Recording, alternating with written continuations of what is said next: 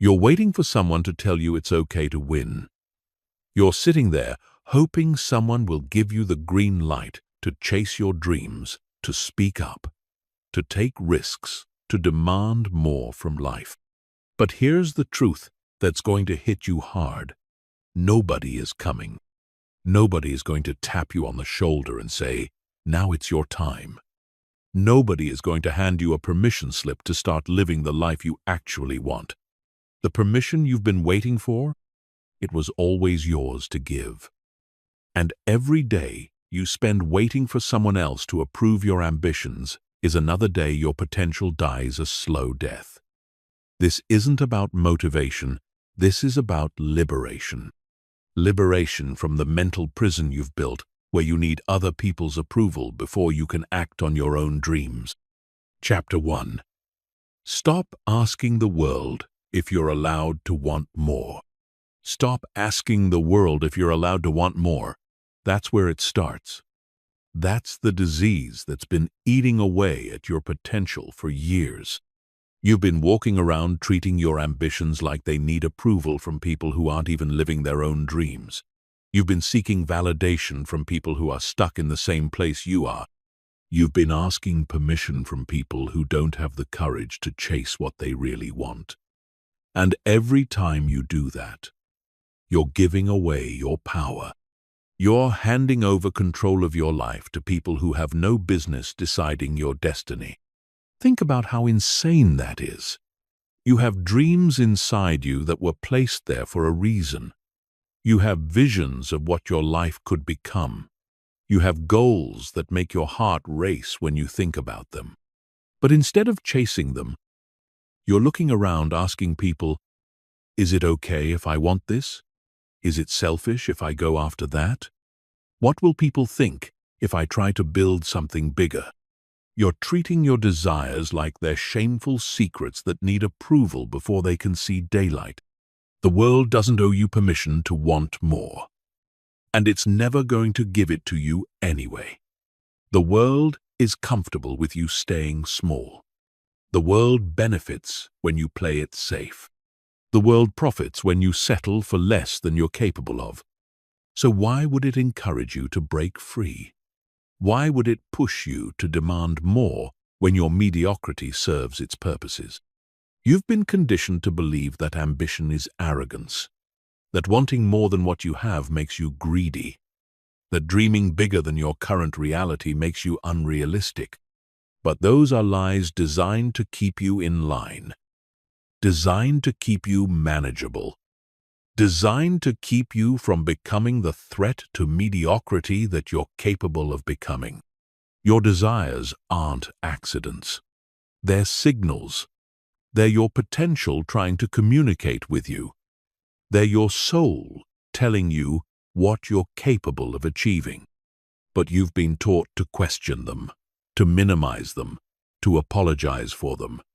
You've been trained to seek consensus before you can pursue what calls to you. And that training has cost you years of progress. Every great achievement in history came from someone who stopped asking for permission.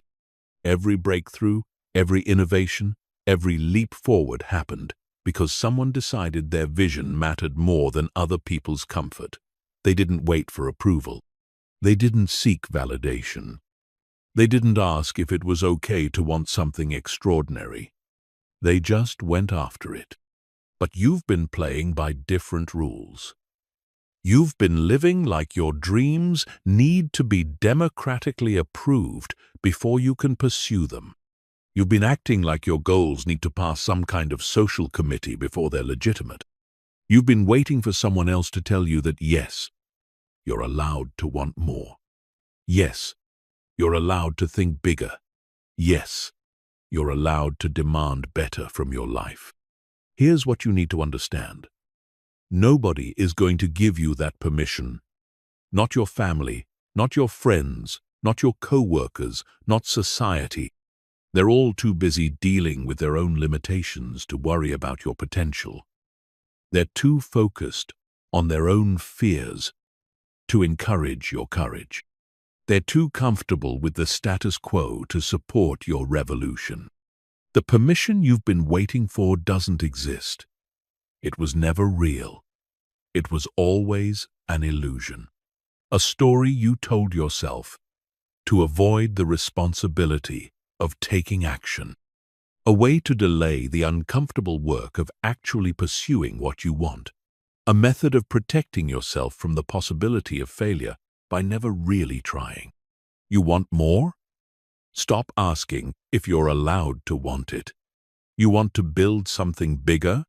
Stop seeking approval for your ambition. You want to change your life? Stop waiting for someone else to validate your desire for change. The world will never give you permission to outgrow it. The world will never encourage you to become more than it expects you to be. The world will never approve of your decision to stop settling. But you don't need the world's permission. You never did. You just convinced yourself you did, because it felt safer than taking full responsibility for your own life.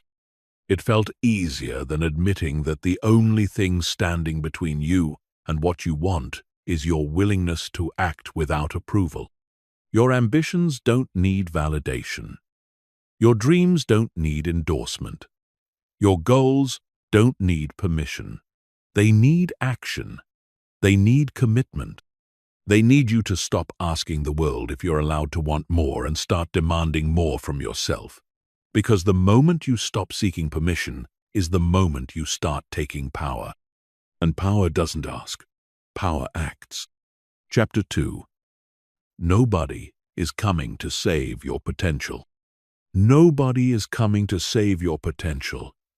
Let that sink in deep, because this is the reality check most people never get. You've been living like someone is going to show up and unlock what's inside you. Like someone is going to discover your talents and put you where you belong. Like someone is going to recognize your worth and hand you the opportunities you deserve. But that person doesn't exist. That rescue isn't coming. That fairy tale ending where someone else makes your dreams come true is a fantasy that's keeping you trapped in mediocrity. Your potential is your responsibility, not your boss's responsibility, not your partner's responsibility, not your parents' responsibility, not society's responsibility, yours. And every day you spend waiting for someone else to activate it is another day it dies a little more. Every month you spend hoping someone will notice you is another month you could have been building something worth noticing. Every year you waste looking for external validation is another year your dreams get further away. You know what your potential is. You feel it when you're alone. You sense it in the quiet moments when nobody else is around to influence your thoughts. You know you're capable of more than what you're currently producing. You know you have ideas that could change things. You know you have talents that could make an impact. You know you have dreams that could become reality. But instead of acting on that knowledge, you're sitting around waiting for someone else to see it, too. The world is not looking for your potential. The world is busy. The world is distracted. The world is focused on its own problems and its own agenda. The world doesn't have time to study you and figure out what you're capable of. The world doesn't care about unlocking your hidden talents. The world doesn't benefit from your growth unless you make it impossible to ignore. You've been operating under this delusion that if you're good enough, if you work hard enough, if you're patient enough, someone will eventually notice and give you your big break. But that's not how it works. That's not how anything works. The people who make it don't wait to be discovered. They make themselves impossible to ignore. They don't hope someone will recognize their potential. They demonstrate it so clearly that recognition becomes automatic. Every successful person you admire had to save their own potential. They had to believe in themselves when nobody else did. They had to push forward when everyone around them said it wasn't possible. They had to bet on their own abilities when the world was betting against them. They didn't wait for permission. They didn't wait for validation. They didn't wait for someone to come along and make things easier. They just started.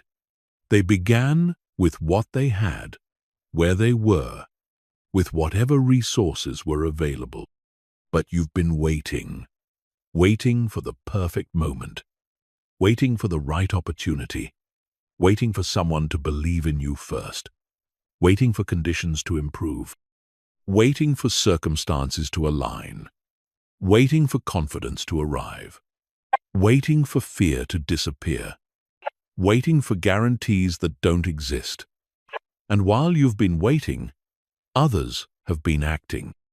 While you've been hoping, others have been building. While you've been seeking permission, others have been taking territory. The harsh truth is that your potential has an expiration date. It doesn't wait forever. It doesn't remain at full strength indefinitely.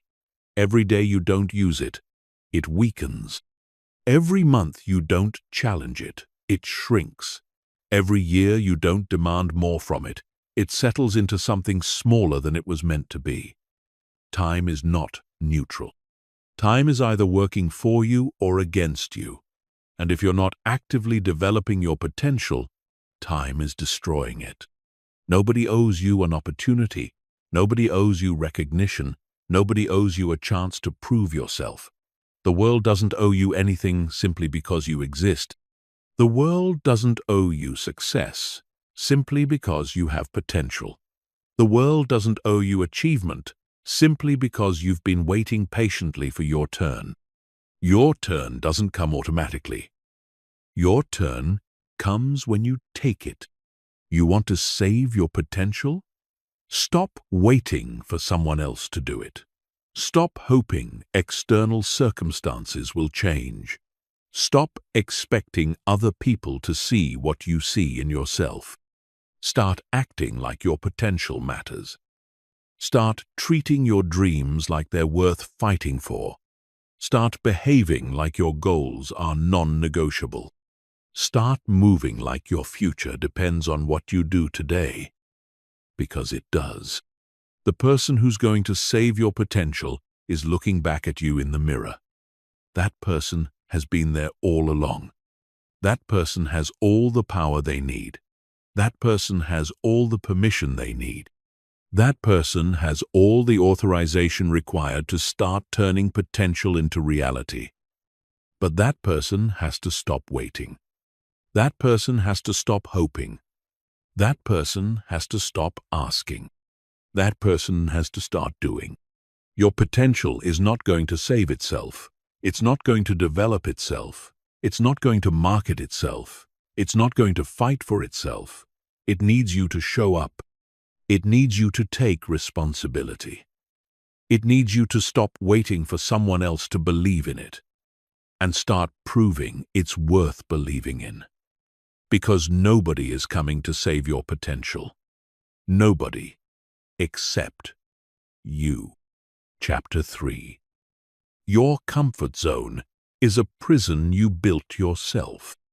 Your comfort zone is a prison you built yourself.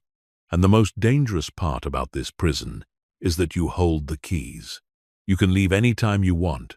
You can walk out whenever you choose. You can break free the moment you decide that freedom matters more than familiarity. But instead, you stay locked inside, complaining about the bars you welded together with your own hands. You stay trapped in a cage you constructed out of fear, excuses, and the need for other people's approval. This prison doesn't look like a prison from the inside. It looks like safety. It feels like security.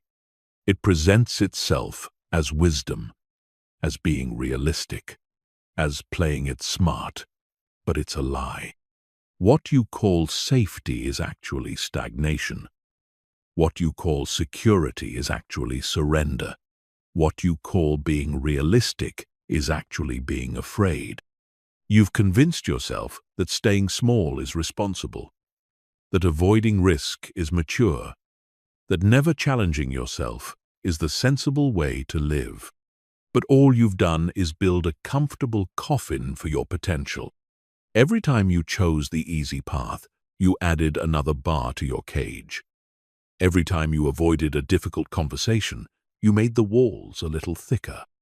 Every time you said, maybe later, instead of, let's do this now, you reinforced the door that's keeping you trapped. Every time you chose comfort over growth, you traded a piece of your freedom for a moment of ease. And now you're sitting in a prison of your own making, wondering why you feel so stuck, so limited, so frustrated with your life. The comfort zone isn't neutral. It's not a resting place. It's not a pause button on your life. It's quicksand. The longer you stay, the deeper you sink. The more time you spend avoiding discomfort, the less capable you become of handling it. The more you choose ease, the weaker you get. The more you avoid challenge, the smaller your world becomes. What started as a temporary retreat becomes a permanent residence. What began as a brief rest becomes a lifetime of sleep. You've been treating your comfort zone like it's protecting you from danger, but it's actually protecting you from life. It's shielding you from opportunity. It's blocking you from growth. It's preventing you from discovering what you're really capable of. Every great experience you could have had is on the other side of that comfort zone boundary. Every skill you could develop, every relationship you could build, every achievement you could unlock, every version of yourself you could become, it's all waiting outside the walls you've built. But you stay inside because leaving feels risky, because growth feels uncomfortable, because change feels uncertain. You've become so addicted to predictability that you'd rather live a small, safe life than risk the discomfort of building something bigger. You'd rather stay where things are familiar than venture into territory where you might fail, where you might struggle, where you might have to work harder than you've ever worked before. The tragic part is that this prison of comfort is destroying the very thing it pretends to protect. It's not keeping you safe. It's keeping you weak. It's not preserving your potential. It's slowly killing it. It's not maintaining your options. It's eliminating them one day at a time. Every day you spend in your comfort zone is another day your muscles atrophy, your skills stagnate, your confidence shrinks, your dreams fade, and your spirit dies a little more. You built this prison with good intentions. You thought you were being smart. You thought you were being careful. You thought you were protecting yourself from pain, from rejection, from failure, from disappointment. But what you were really doing was protecting yourself from life. You were choosing the guaranteed mediocrity of your comfort zone over the uncertain possibility of greatness. You were selecting known limitations over unknown potential. The keys to your prison are in your pocket. They've been there all along. The door isn't even locked. You just convinced yourself it was because it felt safer to believe you were trapped than to admit you were choosing to stay. It felt easier to blame circumstances than to take responsibility for your choices. It felt more comfortable to act like a victim of your situation than to acknowledge you were the architect of your own limitations. Breaking out doesn't require permission from anyone. It doesn't require perfect conditions. It doesn't require a guarantee of success. It doesn't require confidence or motivation or the right mood. It just requires a decision that growth matters more than comfort, a decision that your potential matters more than your fears, a decision that your future matters more than your present ease. But leaving your comfort zone isn't a one-time event. It's a daily choice. It's a constant decision to choose discomfort over stagnation. It's an ongoing commitment to prioritize growth over ease. Because your comfort zone will rebuild itself if you let it. It will try to shrink back to familiar boundaries.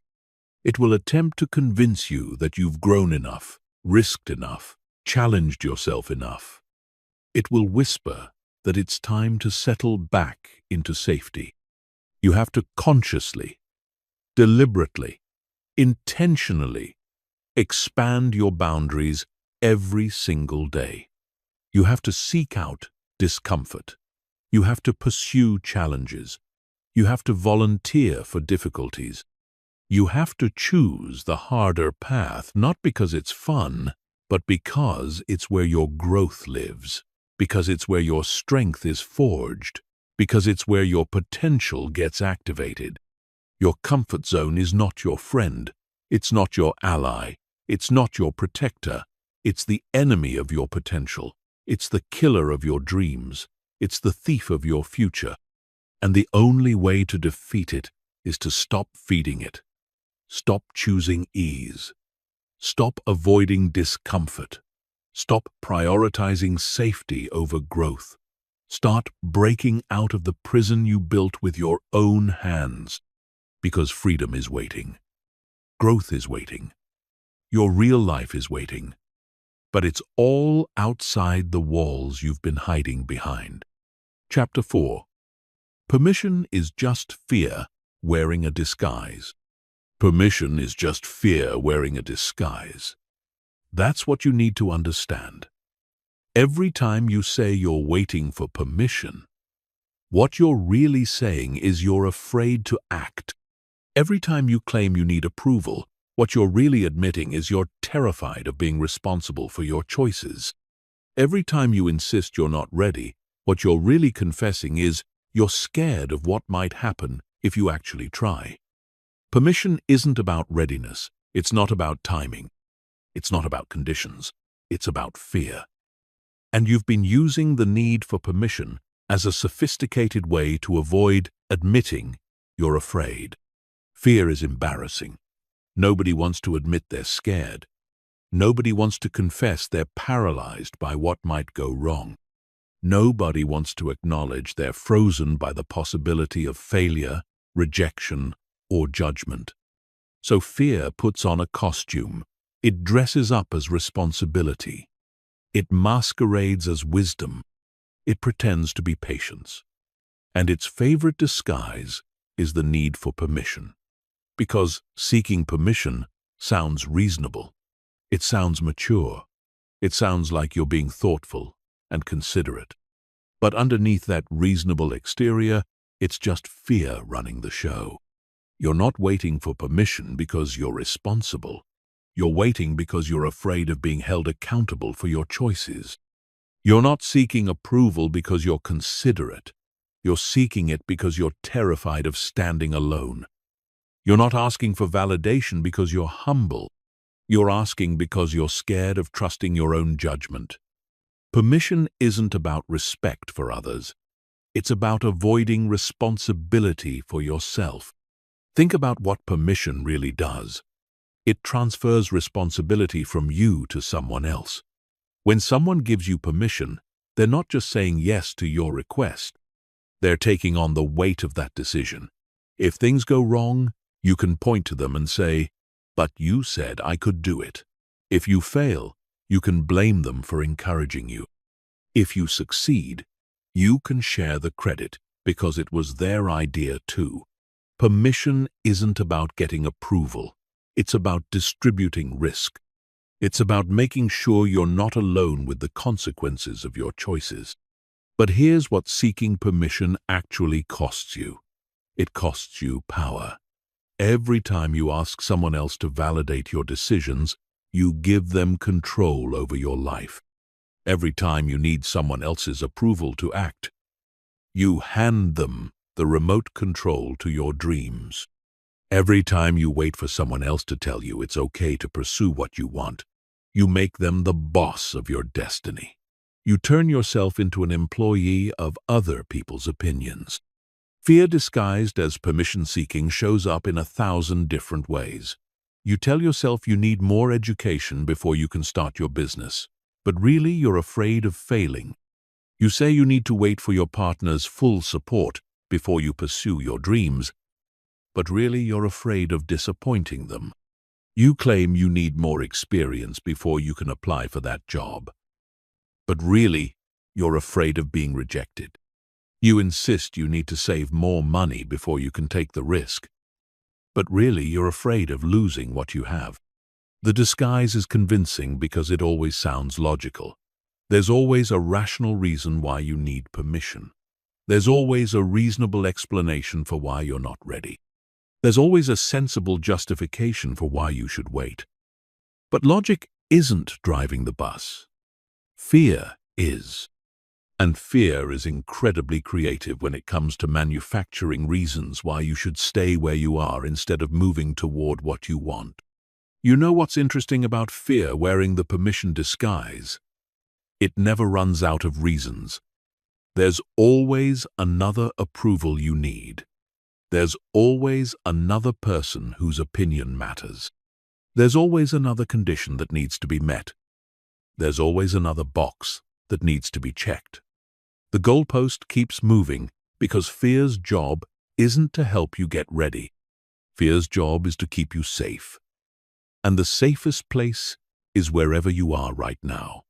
So it will manufacture an endless supply of permission requirements to ensure you never actually move. Real permission doesn't come from other people. Real permission comes from yourself. It comes from deciding that your dreams matter enough to risk failure. It comes from choosing to bet on your potential even when others doubt it. It comes from being willing to stand alone with your decisions. It comes from accepting full responsibility for both your successes and your failures. It comes from trusting yourself more than you trust other people's opinions. But self-permission is terrifying because it strips away all your excuses. When you give yourself permission, you can't blame anyone else if things don't work out. You can't hide behind someone else's poor advice. You can't point to external circumstances as the reason for your failure. You become completely accountable for your choices and their consequences. And that level of responsibility is what most people spend their entire lives avoiding. The people who achieve extraordinary things don't wait for permission because they understand that permission and power are inversely related. The more permission you need, the less power you have. The more approval you seek, the less control you maintain. The more validation you require, the less self-direction you possess. They choose power over safety. They choose control over comfort. They choose self-direction over external approval. You want to stop waiting for permission? Start admitting you're afraid. Stop pretending you need approval. And start acknowledging you're scared. Stop claiming you're not ready and start confessing you're terrified. Because once you name fear for what it is, it loses its power to control you through disguise. Once you see permission seeking for what it really is, you can choose courage instead. Once you recognize that you're trading your power for the illusion of safety, you can decide that your dreams are worth the risk. Fear will always be there. It's not going away. It's not going to disappear once you get enough permission. It's not going to fade once you collect enough approval. It's going to be your constant companion. But you can choose to act in spite of it. You can choose to move forward even though you're scared. You can choose to give yourself permission even though fear is screaming that you need someone else's approval first. Because permission is just fear wearing a disguise. And once you see through the costume, you can choose courage instead. Chapter 5. Stop making other people the CEO of your dreams. Stop making other people the CEO of your dreams. You've been running your life like a company where everyone else gets to vote on your vision. Everyone else gets to approve your strategy. Everyone else gets to determine your direction.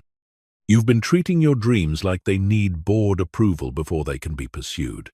You've been acting like your goals require a committee decision before they can be implemented. But here's the truth that's going to change everything. You are the founder, the owner, and the CEO of your own life. And no CEO in history ever built anything great by asking for permission from people who aren't even invested in the outcome. Think about how insane this is. You have dreams that were born inside you, visions that came from your heart, goals that emerged from your deepest desires. But instead of protecting them, nurturing them, and fighting for them like a CEO would fight for their company, you're handing them over to people who have no skin in the game. You're giving decision-making power to people who won't suffer the consequences if you fail and won't share the rewards if you succeed. You're letting people who aren't paying your bills determine your strategy. You're allowing people who aren't walking your path to choose your direction. When you make other people the CEO of your dreams, you give them veto power over your future. Every time you ask, "What do you think I should do?" you're essentially asking them to run your life. Every time you seek their approval before making a move, you're making them your boss. Every time you wait for their validation before pursuing what you want, you're handing them control over your destiny. And most of the time, these people aren't even qualified for the position you're giving them. The people whose opinions you're prioritizing, what are their qualifications? Are they living the life you want to live? Are they achieving the things you want to achieve? Are they demonstrating the success you're trying to create? Are they showing the courage you need to develop? Most of the time, the answer is no. Most of the time, you're taking advice from people who are stuck in the same place you are. You're seeking guidance from people who have never walked the path you're trying to walk. You're asking for direction from people who are lost themselves. But it feels safer to let them decide, because then you don't have to take full responsibility. If they tell you to go for it and you fail, you can blame them for encouraging you to take a risk. If they tell you to wait and you miss the opportunity, you can blame them for holding you back. If they approve of your plan and it doesn't work out, you can point to their endorsement as evidence that it wasn't your fault. Making other people the CEO of your dreams is really just an elaborate way of avoiding accountability for your own choices. Real CEOs don't run their companies by committee. They don't make strategic decisions based on what makes other people comfortable. They don't change their vision every time someone expresses doubt. They listen to input, they consider different perspectives, but ultimately, they make the final call. They take responsibility for the direction of their company. They bet on their own judgment. They trust their own instincts. And they're willing to be wrong because they know that being wrong while moving forward is better than being paralyzed by seeking universal approval. You need to fire all the unauthorized CEOs you've installed in your life.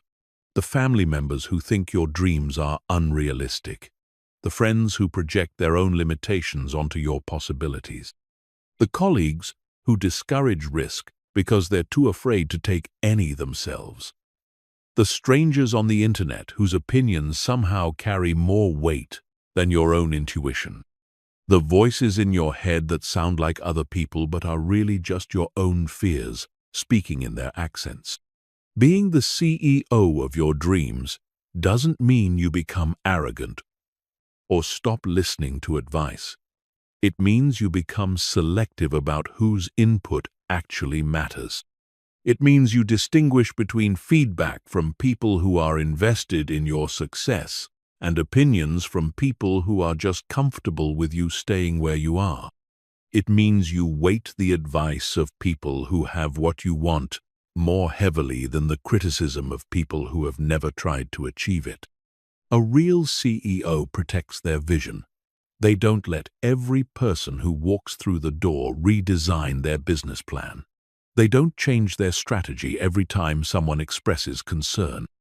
They understand that not everyone will understand their vision, and that's okay. They know that revolutionary ideas always face resistance, and that resistance isn't a reason to abandon the idea. It's often a sign that the idea is significant enough to threaten the status quo. When you're the CEO of your dreams, you stop needing consensus. You stop requiring universal approval. You stop waiting for everyone to understand your vision before you pursue it. You make decisions based on your goals, not other people's comfort levels. You set your timeline based on your readiness, not their schedule. You determine your strategy based on your values, not their fears. You become willing to disappoint people who aren't contributing to your success in order to satisfy the vision that's calling you forward. The most successful people in history were not committee approved. They didn't wait for universal endorsement. They didn't seek permission from people who were comfortable with mediocrity. They appointed themselves as the CEO of their own lives, and they ran their dreams like they were building something that mattered. They made unpopular decisions. They pursued visions that others couldn't see. They bet on possibilities that others couldn't imagine. And they did it all without asking for permission. You want to stop waiting for permission? Start acting like the CEO you already are. Make decisions without seeking approval. Set goals without needing validation. Pursue opportunities without requiring encouragement. Trust your judgment more than other people's opinions. Value your vision more than their comfort. Protect your dreams from people who don't have the courage to pursue their own. Because you are the only person qualified to run your life. You are the only person who understands your full potential. You are the only person who will live with the consequences of your choices. So stop outsourcing the most important decisions of your life to people who aren't even shareholders in your future. Take back control. Be your own CEO. And run your dreams like the company you're building depends on it, because it does. Chapter 6. Your opinion of yourself is the only one that matters. Your opinion of yourself is the only one that matters. Every other opinion is noise. Every other judgment is distraction. Every other evaluation is irrelevant to your actual worth and potential. But you've been living like everyone else's opinion carries more weight than your own. You've been treating other people's assessments like they're more accurate than your self-knowledge. You've been giving strangers, acquaintances, and even people you don't respect the power to determine how you feel about yourself. And that's not just wrong. It's insane. You know yourself better than anyone else ever could. You know your struggles, your growth, your efforts, your intentions, your progress, your setbacks, your victories, your defeats. You know the battles you've fought that nobody else even saw. You know the progress you've made that nobody else would recognize. You know the strength you've built that nobody else could measure. You know the person you're becoming even when nobody else can see it yet. So why are you letting people who don't have access to that information determine your self-worth? Other people's opinions of you are based on incomplete data. They see snapshots, not the full movie. They see moments, not the journey. They see results, not the process. They see the exterior, not the interior. They judge you based on limited interactions, brief observations, and their own biases, insecurities, and limitations. Their opinion of you says more about them than it does about you. It reveals their capacity for understanding, their ability to see potential, their willingness to support growth, their comfort with others succeeding. When you prioritize other people's opinions over your own, you're essentially saying that strangers know you better than you know yourself. You're declaring that people who haven't lived your life are more qualified to evaluate your worth than you are. You're announcing that external observers are better equipped to assess your potential than the person who lives inside your head and heart every single day. That's not humility. That's self-abandonment. The most successful people in the world didn't achieve greatness by seeking approval from people who couldn't see their vision. They didn't build empires by waiting for consensus from people who were comfortable with mediocrity. They didn't create breakthrough innovations by making sure everyone understood and endorsed their ideas first. They trusted their own judgment. They believed in their own assessment of their abilities. They valued their own opinion of their potential more than other people's skepticism. But you've been doing the opposite. You've been treating your self-assessment like it needs external validation to be legitimate. You've been acting like your own opinion of your capabilities doesn't count unless other people agree with it. You've been living like your self-worth is determined by popular vote, and every time you do that, you give away a piece of your power. Every time you seek validation from people who aren't invested in your success, you hand them control over your confidence. Here's what you need to understand. Most people are not qualified to judge your potential. They're limited by their own experience, their own fears, their own assumptions about what's possible. They're constrained by their own comfort zones, their own risk tolerance, their own vision of what success looks like. When they tell you what you can or can't do, they're really telling you what they can or can't do. When they express doubt about your abilities, they're really expressing doubt about their own. When they discourage your dreams, they're really protecting their own limitations. The people whose opinions you're prioritizing, what have they built? What risks have they taken? What dreams have they pursued? What evidence do they have that their judgment is superior to yours? Most of the time, the people who are quickest to doubt your potential are the same people who have never tested their own. The people who are most eager to tell you what's realistic are the same people who have never attempted anything unrealistic. The people who want to protect you from failure are the same people who have protected themselves right into mediocrity. Your opinion of yourself should be based on evidence, not emotion.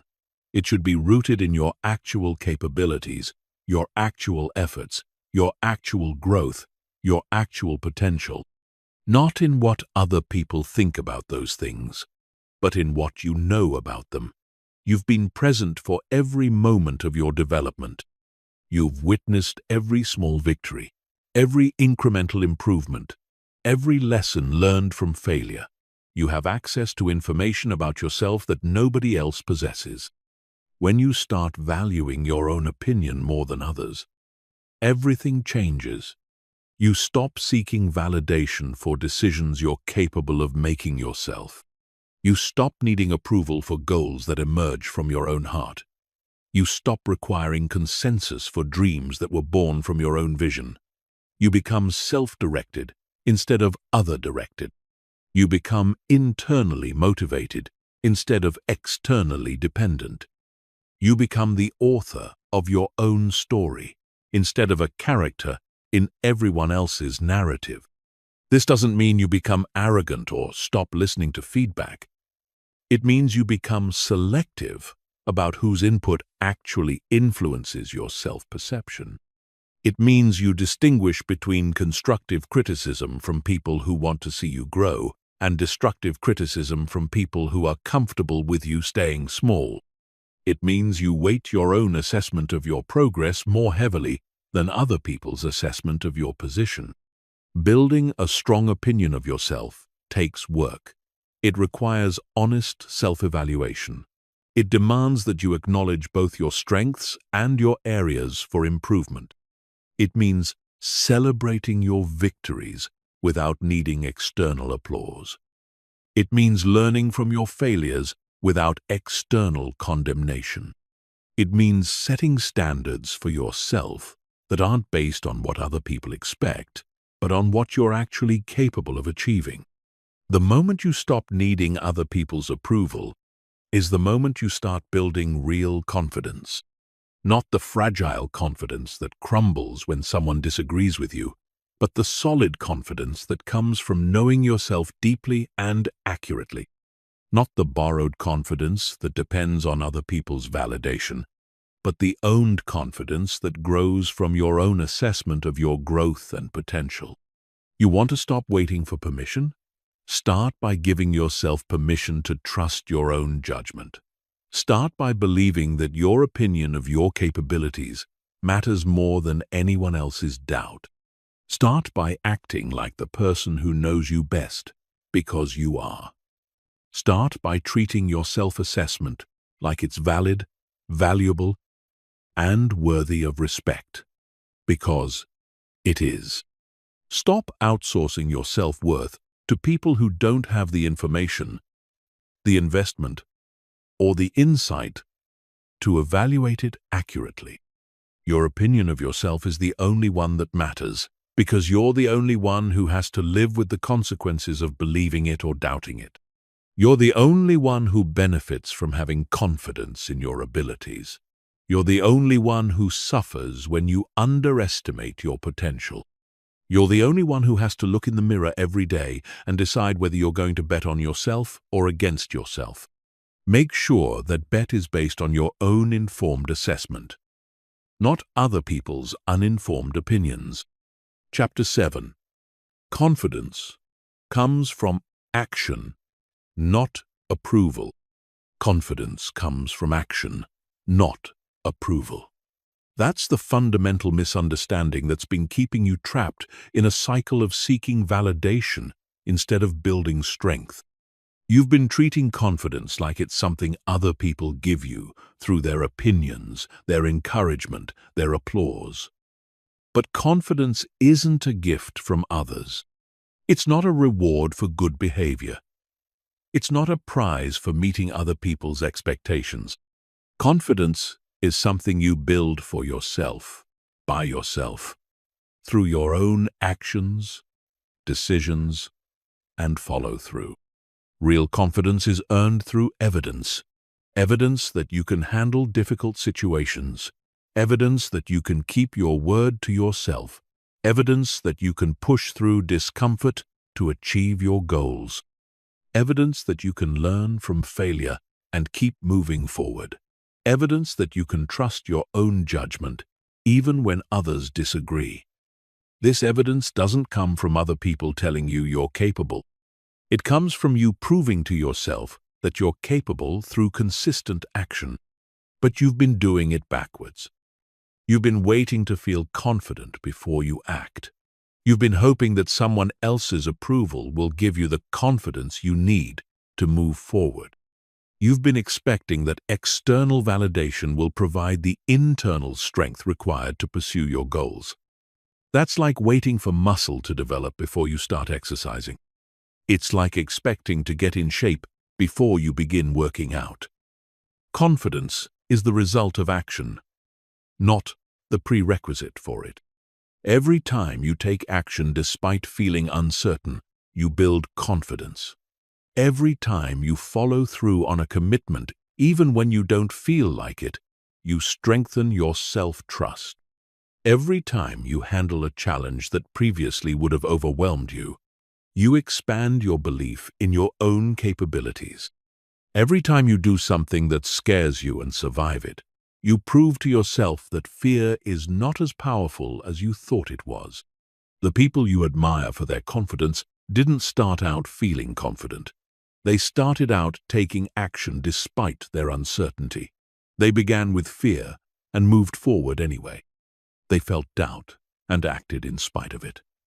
They experienced insecurity and chose courage over comfort. Their confidence wasn't the cause of their success.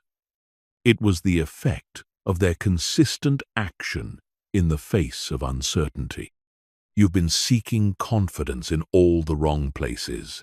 You've been looking for it in other people's opinions, in external circumstances, in perfect conditions, in guaranteed outcomes. But confidence doesn't live in any of those places.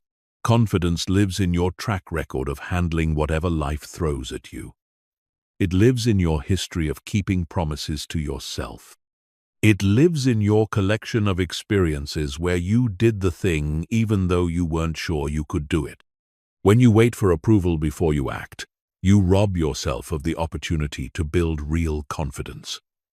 Because approval-based confidence is fragile. It depends on other people continuing to approve of you.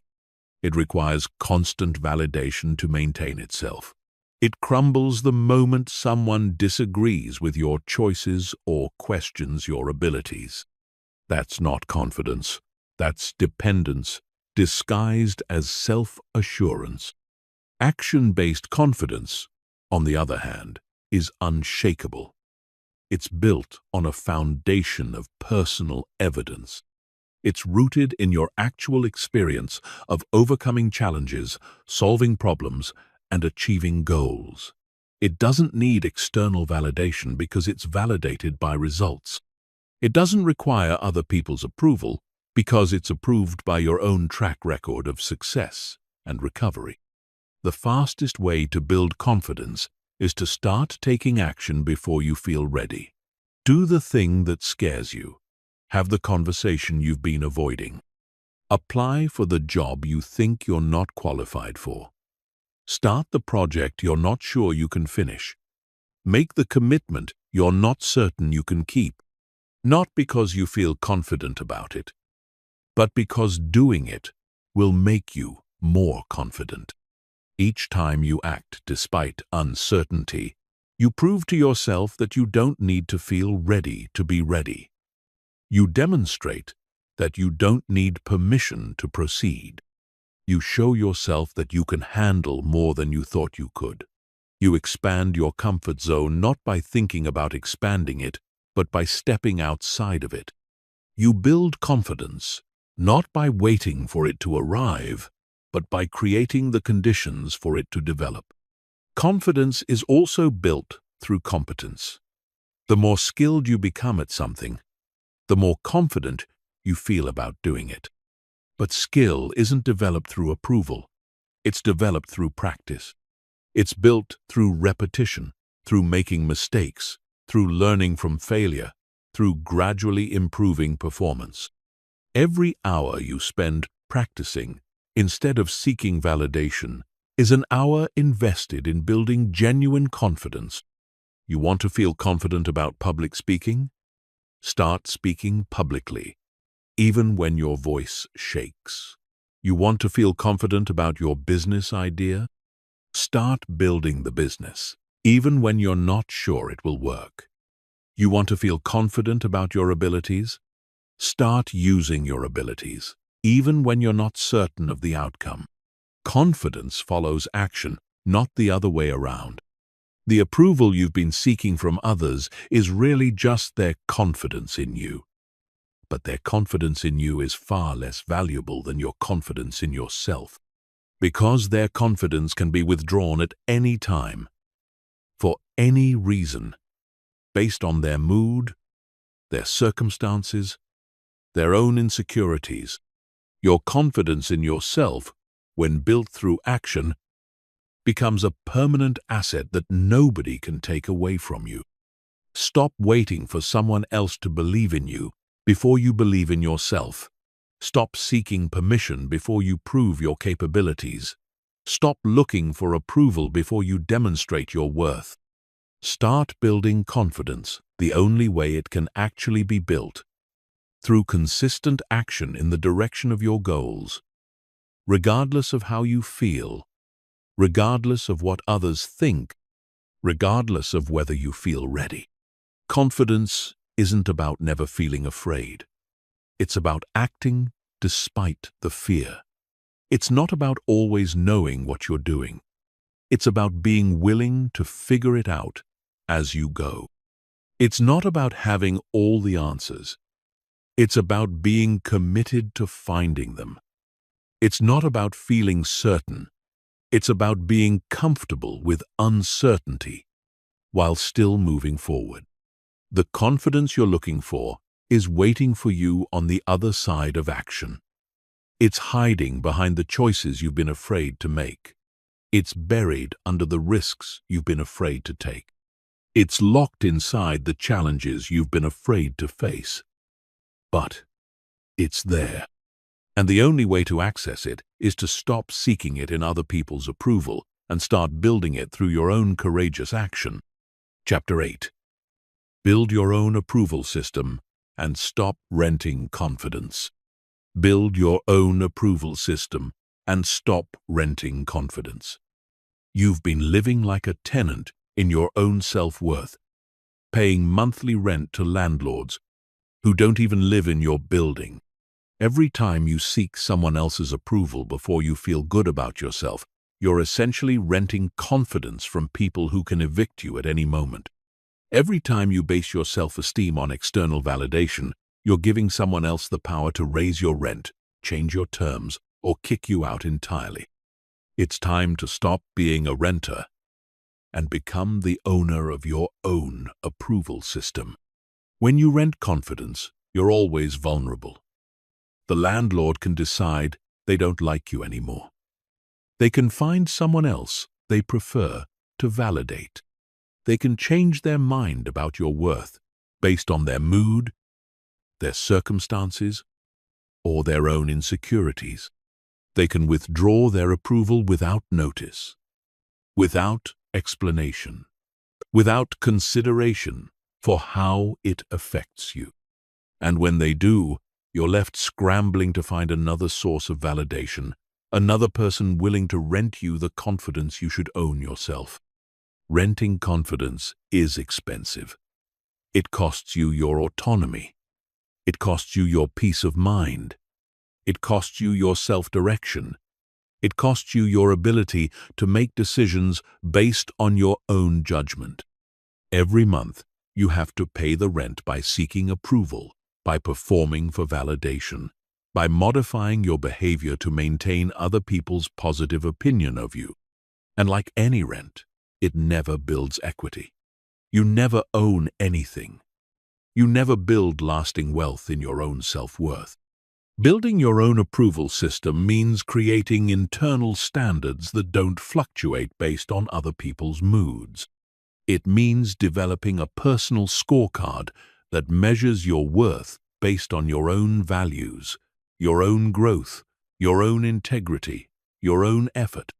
It means establishing criteria for feeling good about yourself that you control completely. It means becoming the sole proprietor of your self-esteem, instead of a tenant who's always worried about eviction.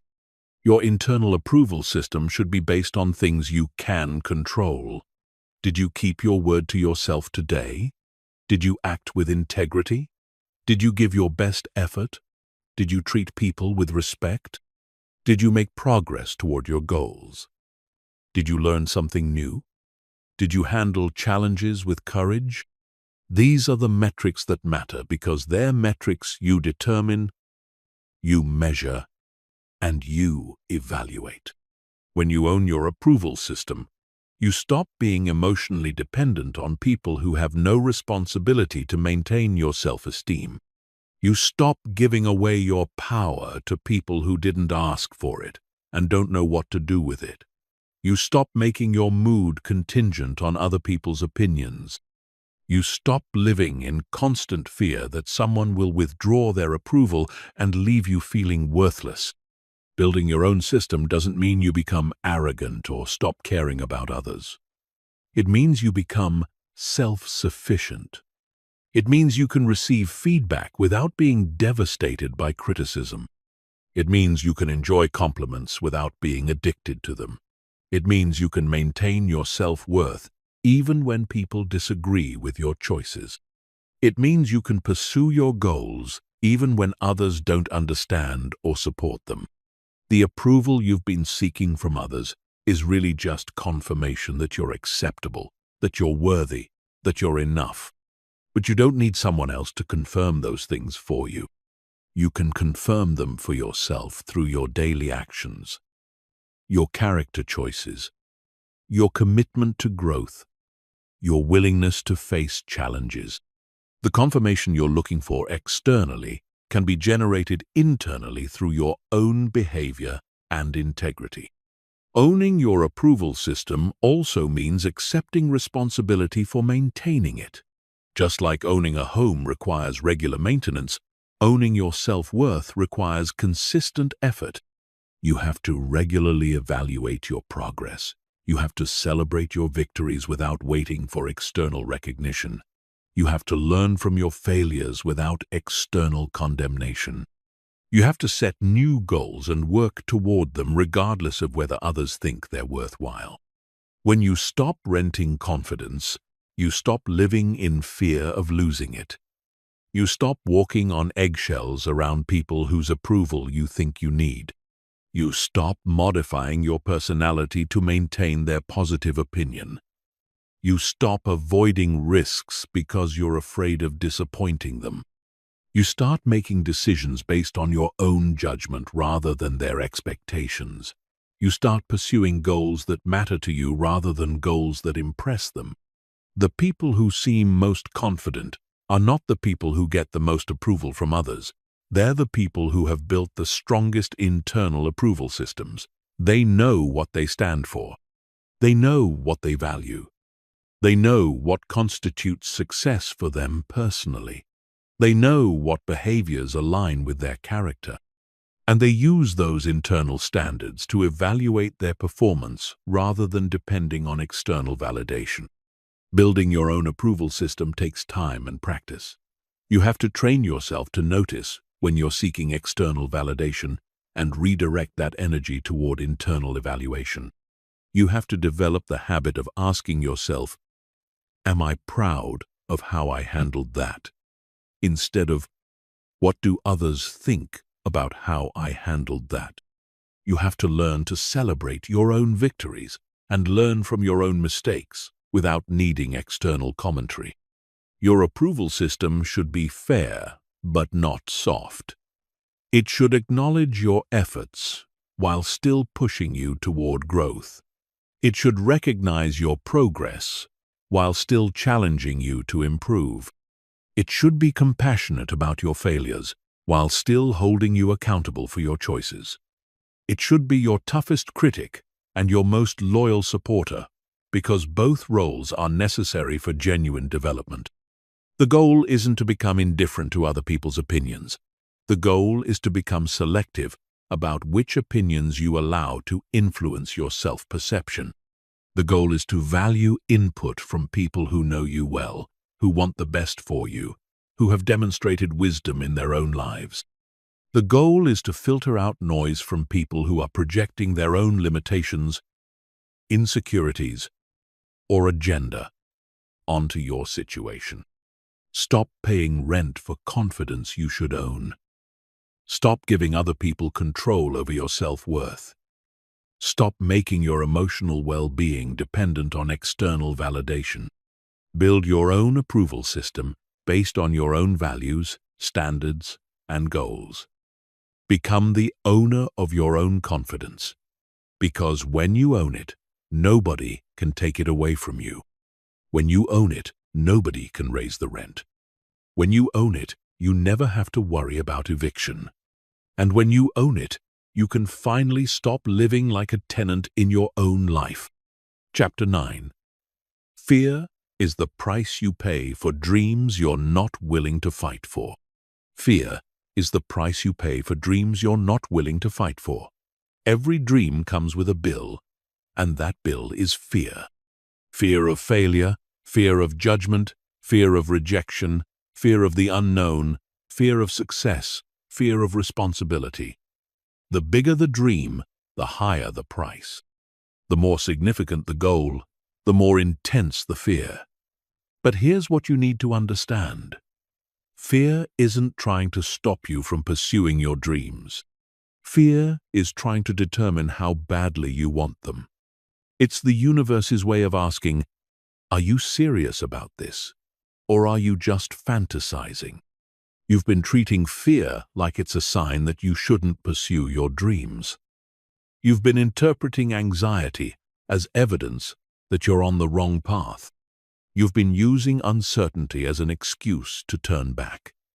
But fear isn't a red light telling you to stop. Fear is a green light telling you that you're headed towards something that matters.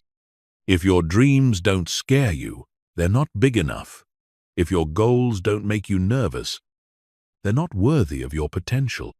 Every person who has achieved something significant has paid the fear tax.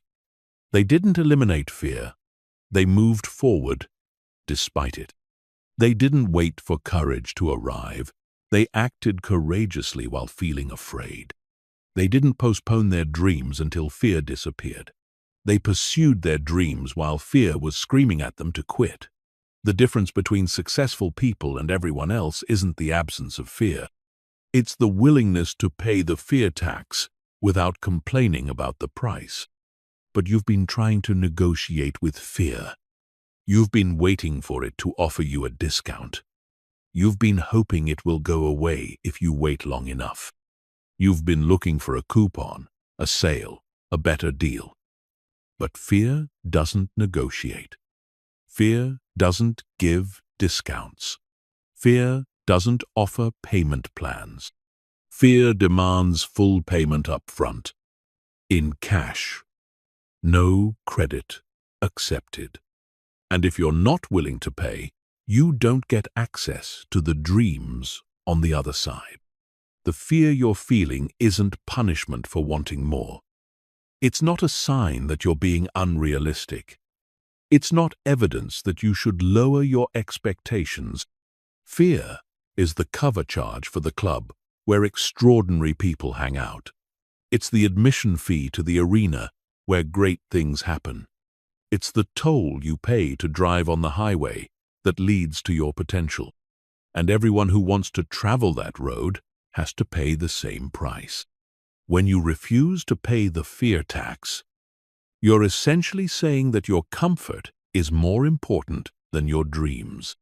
You're declaring that your current situation, no matter how unsatisfying, is preferable to the uncertainty that comes with growth. You're choosing the known limitations of where you are over the unknown possibilities of where you could go. You're selecting the guaranteed mediocrity of playing it safe over the potential greatness of taking risks. Fear grows stronger when you feed it with inaction. Every day you avoid doing what scares you, fear gets more powerful. Every time you choose comfort over courage, fear becomes more confident that it can control you. Every moment you delay pursuing your dreams because of anxiety, fear becomes more convinced that it's your master. The longer you wait to pay the fear tax, the higher the interest rate becomes. But fear weakens when you take action despite its presence. Every time you do something that scares you, fear loses a little bit of its power over you. Every time you move forward while feeling afraid, you prove to yourself that fear is not as strong as your determination. Every time you pursue your dreams despite anxiety, you demonstrate that your goals matter more than your comfort. Action is the only currency that fear accepts. And it's the only payment method that actually works. The people whose lives you admire didn't get there by avoiding fear. They got there by accepting that fear was part of the journey. They understood that everything worthwhile requires you to feel uncomfortable before you feel confident. They knew that growth lives on the other side of fear, and they were willing to go through fear to get to growth. They treated fear like a toll booth, not a roadblock. They paid the price and kept driving. You want to know why most people never achieve their dreams? It's not because they lack talent. It's not because they don't have opportunities. It's not because they're unlucky. It's because they're not willing to pay the fear tax. They want the destination without paying for the journey. They want the reward without accepting the risk. They want the growth without experiencing the discomfort. They want the dream without facing the fear. Fear is not going away. It's not going to get tired of bothering you and find someone else to terrorize. It's not going to lose interest in your dreams and move on to other targets. Fear is going to be there as long as you have goals worth pursuing, as long as you have dreams worth fighting for, as long as you have potential worth unlocking. The question isn't whether you'll feel fear. The question is whether you'll let fear stop you from moving toward what you want. The fear you're experiencing right now is not unique to you. Everyone who has ever achieved anything significant has felt the same fear you're feeling. The same doubt, the same uncertainty, the same anxiety about what might go wrong. The difference is they decided that their dreams were worth more than their comfort. They chose their goals over their fears. They selected their potential over their peace of mind. Paying the fear tax doesn't mean you have to like it. It doesn't mean you have to enjoy feeling afraid. It doesn't mean you have to pretend that anxiety is fun. It just means you accept that fear is the price of admission to the life you want to live. It means you stop complaining about the cost and start focusing on the value of what you're purchasing. It means you recognize that anything worth having requires you to invest something valuable. And courage is one of the most valuable investments you can make. You've been treating fear like it's optional, like you can somehow pursue your dreams without experiencing it. But fear is not optional. Fear is mandatory. Fear is the tax that everyone pays who wants to live beyond their current limitations. The only choice you have is whether you'll pay it willingly or let it keep you trapped in a life that's smaller than what you're capable of living. Stop trying to avoid the fear tax. Stop looking for a way around it. Stop hoping it will disappear. Start accepting that fear is the price you pay for dreams worth fighting for. Start treating anxiety as evidence that you're headed in the right direction. Start using uncertainty as fuel for your courage, because fear is not your enemy. Fear is your trainer. And it's time to start training for the life you actually want, instead of settling for the life that feels safe. Chapter 10. Take action now, or stay exactly where you are forever. Take action now, or stay exactly where you are forever. Those are your only two options. There is no middle ground. There is no third choice. There is no magical moment in the future when taking action will suddenly become easier, safer, or more convenient. There is no perfect timing waiting for you around the corner. There is no ideal set of circumstances that will make pursuing your dreams feel comfortable. There is only now, and there is only the choice between moving forward or staying stuck. You've been living under the illusion that there's a better time coming. A time when you'll feel more ready, more confident, more prepared. A time when the stars will align, the conditions will be perfect, and the path will be clear. A time when fear will be absent, uncertainty will disappear, and success will be guaranteed. But that time doesn't exist. That moment is a fantasy. That perfect scenario is a lie you've been telling yourself to justify staying exactly where you are. Every day you don't take action is a day you choose your current situation over your potential future. Every week you postpone pursuing your dreams is a week you vote for the status quo. Every month you delay making the changes you know you need to make is a month you spend building a stronger cage around your possibilities. Every year you wait for better circumstances is a year you donate to mediocrity. Time is not neutral. Time is not patient. Time doesn't wait for you to get ready. Time moves forward, whether you're moving with it or not. And if you're not actively pursuing what you want, time is actively moving you further away from it. If you're not growing, you're shrinking. If you're not advancing, you're retreating. If you're not climbing, you're falling. There is no standing still in life. There is only forward or backward, and staying where you are is actually moving backward. The action you're avoiding today will not be easier tomorrow. The conversation you're postponing will not become more comfortable next week. The risk you're afraid to take will not feel safer next month.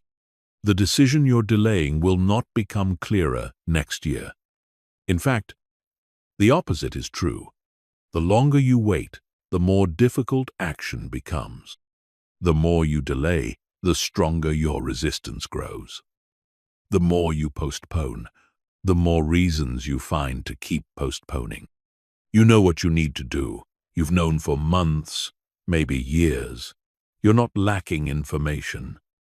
You're not missing a crucial piece of knowledge. You're not waiting for someone to explain the next steps. You know exactly what needs to happen. You're just hoping that if you wait long enough, somehow the doing will become optional. But the doing is never optional. The action is never optional. The work is never optional. The only thing that's optional is whether you do it now or continue making excuses. Every successful person you admire started before they felt ready. They took action while they were still uncertain. They moved forward while they were still scared. They began while they were still unprepared. They didn't wait for permission, for perfect conditions, for guaranteed outcomes, or for complete confidence. They just started. They took the first step. They made the first move. They began the journey while everyone else was still planning the trip. The difference between people who achieve their dreams and people who don't isn't talent, luck, connections, or circumstances. It's the willingness to take action before feeling ready. It's the courage to start before having all the answers. It's the discipline to move forward despite uncertainty. It's the commitment to begin the journey even when the destination isn't clear. It's the decision to take action now, instead of waiting for a better moment that will never come. Your current situation is the result of the actions you've taken and the actions you've avoided. If you like where you are, then keep doing what you're doing. But if you want something different, if you want something more, if you want something better, then you have to do something different. You have to take different actions. You have to make different choices. You have to start behaving like the person you want to become instead of continuing to act like the person you've always been. The life you want is not going to fall into your lap. It's not going to arrive as a gift. It's not going to appear because you wished for it, hoped for it, or thought about it really hard. The life you want exists on the other side of action. It's waiting for you to come and get it. It's available to you the moment you decide to stop waiting and start working. But it requires you to move. It demands that you act. It insists that you take the first step. Action creates momentum. Momentum creates confidence. Confidence creates more action. This is the cycle that transforms lives. But the cycle doesn't start with confidence. It doesn't begin with perfect conditions. It doesn't wait for ideal circumstances. The cycle starts with action. One small step, one simple move, one basic decision to do something different today than you did yesterday. You don't need to take massive action. You don't need to make dramatic changes. You don't need to revolutionize your entire life overnight. You just need to take the next logical step. Make the call you've been avoiding. Write the first page of the book you want to write. Apply for the job you want. Start the business you've been planning. Have the conversation you've been postponing. Take the class you've been considering. Whatever the next step is, take it today, now. The people who stay stuck are not the people who lack ability. They're the people who lack urgency. They're the people who treat their dreams like they're optional instead of essential. They're the people who believe they have unlimited time to make the changes they want to make. They're the people who think that someday is a real day on the calendar. They're the people who convince themselves that waiting is a strategy instead of recognizing that waiting is surrender. Urgency is not panic. Urgency is not stress. Urgency is not desperation. Urgency is the recognition that your life has an expiration date. Urgency is the understanding that every day you don't move toward what you want is a day you can't get back. Urgency is the awareness that your potential won't wait forever. Urgency is the realization that the cost of inaction is higher than the cost of action.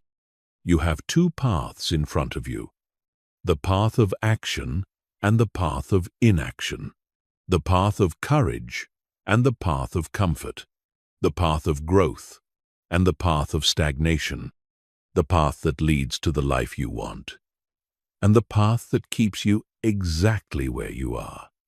You can't walk both paths. You can't choose both options. You have to pick one, and you have to pick now. If you choose action, you might fail. You might struggle. You might face challenges you didn't expect. You might encounter obstacles you didn't anticipate.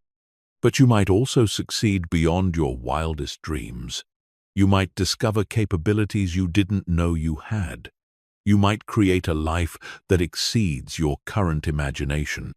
You might become the person you've always wanted to be. If you choose inaction, you're guaranteed to stay exactly where you are. You're guaranteed to keep living the same life, feeling the same frustrations, experiencing the same limitations.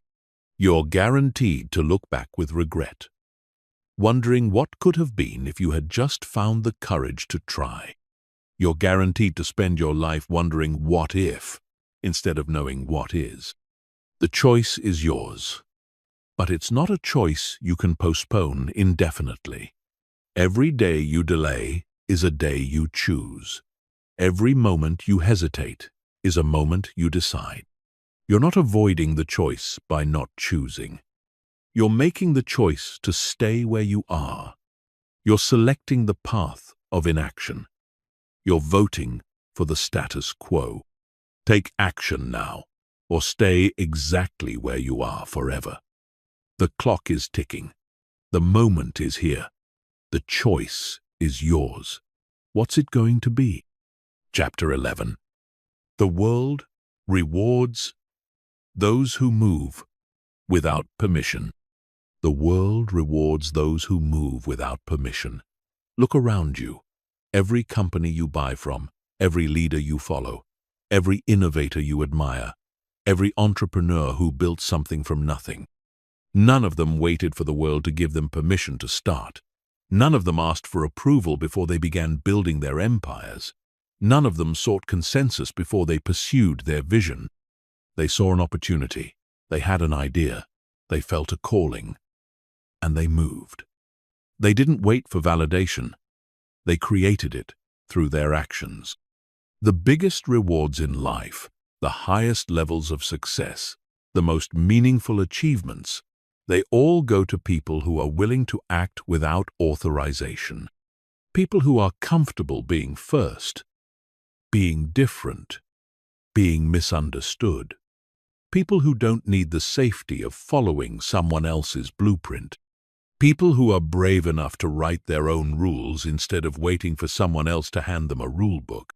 Think about every breakthrough innovation that changed the world. The people behind those innovations didn't have permission to create them.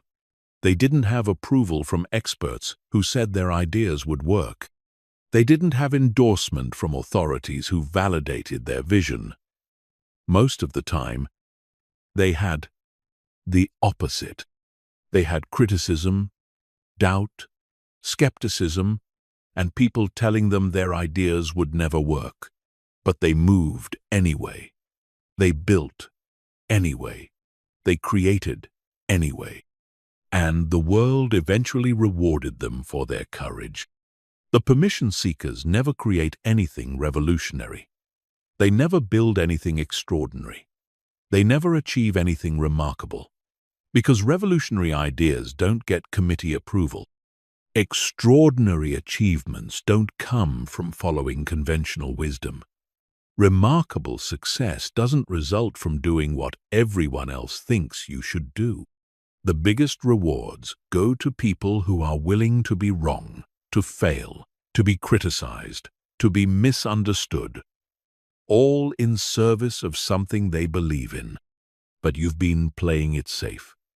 You've been waiting for someone to tell you it's okay to pursue what you really want. You've been hoping for encouragement before you take risks. You've been seeking approval before you make moves. And while you've been waiting, others have been moving. While you've been seeking permission, others have been taking territory. While you've been asking for validation, others have been creating value. The world doesn't reward permission seekers because permission seeking is not a scarce skill. Anyone can ask for approval. Anyone can wait for consensus. Anyone can follow instructions. Anyone can do what they're told. But not everyone can think for themselves. Not everyone can trust their own judgment. Not everyone can act without authorization.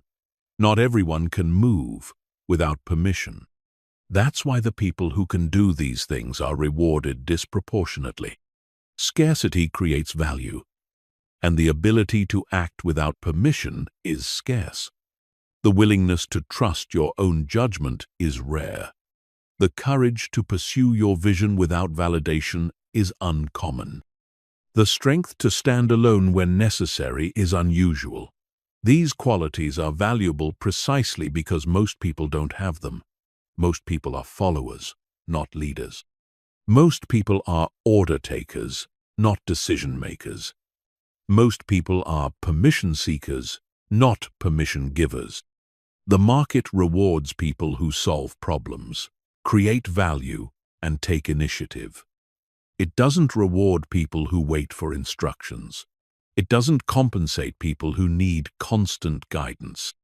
It doesn't pay premium prices for people who can't function without supervision. The highest paid people in every industry are the ones who can see what needs to be done and do it without being told. They're the ones who can identify opportunities and act on them without seeking approval. When you move without permission, you automatically separate yourself from the crowd. You join a smaller group of people who are willing to bet on themselves. You enter a category of individuals who trust their own instincts more than other people's opinions. You become part of a select population that values results more than approval. And because this group is smaller, the rewards are bigger. There's less competition for the top spots, because most people disqualify themselves by refusing to move without permission. The world is looking for people who don't need to be managed. Organizations want employees who can think independently, solve problems creatively, and take initiative without constant supervision. Customers want to buy from businesses that innovate, that lead their industries, that create new solutions, instead of copying existing ones. Society benefits from individuals who push boundaries, challenge assumptions, and create progress through their own initiative. But you have to prove that you're one of these people. You can't just claim to be independent and self-directed. You have to demonstrate it through your actions. You have to show that you can make decisions without needing approval. You have to prove that you can take risks without requiring guarantees. You have to establish that you can create value without waiting for someone else to define what value looks like. The people who get rewarded are not the people who have the most permission. They're the people who need the least permission. They're not the people who get the most approval. They're the people who require the least approval. They're not the people who receive the most validation. They're the people who depend on the least validation. They've learned to generate their own authorization, create their own approval, provide their own validation. This doesn't mean you become reckless or ignore all input from others. It means you become selective about whose permission you seek and whose approval you value. It means you distinguish between seeking wisdom and seeking permission. It means you learn the difference between getting feedback and getting authorization. Wise people gather information, consider different perspectives, and learn from others' experiences. But they make their own decisions based on their own judgment. The world is not going to come looking for you if you're sitting quietly in the corner waiting for permission. The world is not going to discover your potential if you're not actively demonstrating it. The world is not going to reward your capabilities if you're not using them. The world rewards people who show up, stand up, and step up. It compensates people who move, create, and produce.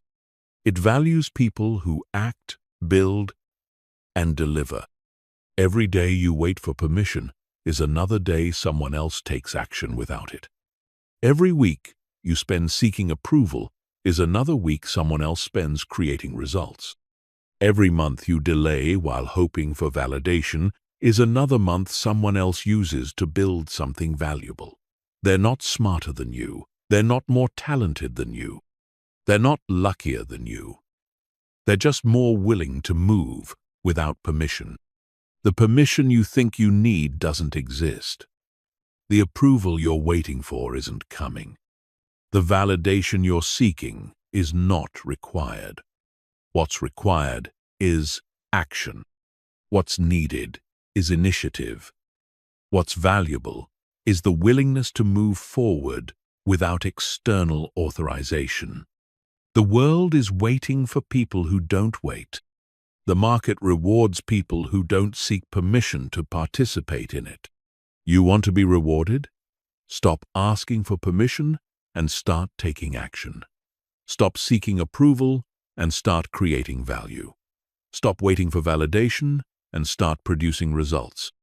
Show the world what you can do instead of asking the world if you're allowed to do it. Because the world doesn't reward people who ask. The world rewards people who answer. And the biggest rewards go to people who answer questions nobody even thought to ask, who solve problems nobody even knew existed, who create value nobody even realized was missing. But you can't do any of that if you're still waiting for permission to begin. Chapter 12. Stop asking what if, and start asking what now. Stop asking what if, and start asking what now. Those two questions represent the difference between a life of speculation and a life of action. One keeps you trapped in endless analysis. The other pushes you toward immediate progress. One feeds your fears and multiplies your doubts. The other focuses your energy and clarifies your next steps. One leaves you paralyzed by possibility. The other propels you toward reality. What if is the question of the perpetual planner. What if it doesn't work? What if people don't like it? What if I'm not ready? What if I fail? What if I succeed and can't handle it? What if I'm making a mistake? What if there's a better opportunity later? What if I'm not good enough? What if the timing is wrong? What if I should wait longer? These questions multiply like bacteria in a petri dish, consuming your mental energy and producing nothing but more questions. What now is the question of the action taker? What now that I know what I want? What now that I've identified the problem? What now that I have an idea? What now that I see the opportunity? What now that I understand what needs to be done? What now that I've learned from my last attempt? What now that I know where I want to go? This question cuts through confusion and focuses on the only thing that actually matters: the next step. What if thinking is addictive because it feels productive? It feels like you're being thorough, careful, strategic. It feels like you're doing important work when you're considering all the possibilities, analyzing all the scenarios, preparing for all the contingencies. But what if thinking is not productive? It's procrastination dressed up as preparation. It's fear masquerading as wisdom. It's paralysis pretending to be planning. The people who ask, "What if?" rarely do anything significant, because they can always find another scenario to consider, another risk to analyze, another possibility to explore. They become professional overthinkers who never get around to actually thinking things through by doing them. They plan the perfect approach, but never take the imperfect action that would teach them what they actually need to know. What now thinking, on the other hand, is inherently action-oriented. It assumes you're going to move forward and focuses on how to do it effectively. It accepts that uncertainty is inevitable and concentrates on what you can control right now. It acknowledges that you'll never have perfect information and directs your attention to making progress with the information you have. When you ask what now, you stop spinning your wheels in analysis and start gaining traction through action.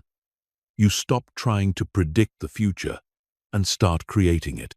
You stop waiting for certainty and start building confidence through experience. You stop postponing your life and start living it. You stop being a spectator in your own dreams and start being the player who makes things happen. What if keeps you stuck because it's focused on all the things that could go wrong. It trains your brain to look for problems, to expect disasters, to anticipate failures. When you spend your mental energy imagining negative outcomes, you program yourself to see obstacles instead of opportunities. You become so good at predicting problems that you start believing they're inevitable. You convince yourself that the risks are too high, the challenge is too great, the chances of success too small. What now keeps you moving because it's focused on what you can do about your situation. It trains your brain to look for solutions, to find pathways forward, to identify next steps. When you spend your mental energy on action planning, you program yourself to see possibilities instead of problems. You become so good at finding ways to move forward that momentum becomes your natural state. The what-if question multiplies problems. Every scenario you imagine creates new worries to consider. Every possibility you explore generates additional concerns to address. Every risk you identify produces more fears to manage. Soon, you're not dealing with one simple decision. You're trying to solve dozens of hypothetical problems that may never actually occur. You become overwhelmed by challenges that exist only in your imagination. The what now question simplifies decisions. It cuts through the noise and focuses on what's actually required to make progress. It ignores hypothetical scenarios and concentrates on real circumstances. It dismisses imaginary problems and addresses actual situations. It transforms complexity into clarity by asking one simple question: given where you are right now, what's the next logical step? Most of the things you worry about never happen. Most of the scenarios you spend time preparing for never occur. Most of the problems you try to solve in advance never actually manifest. All that mental energy spent on what if is wasted energy that could have been invested in what now.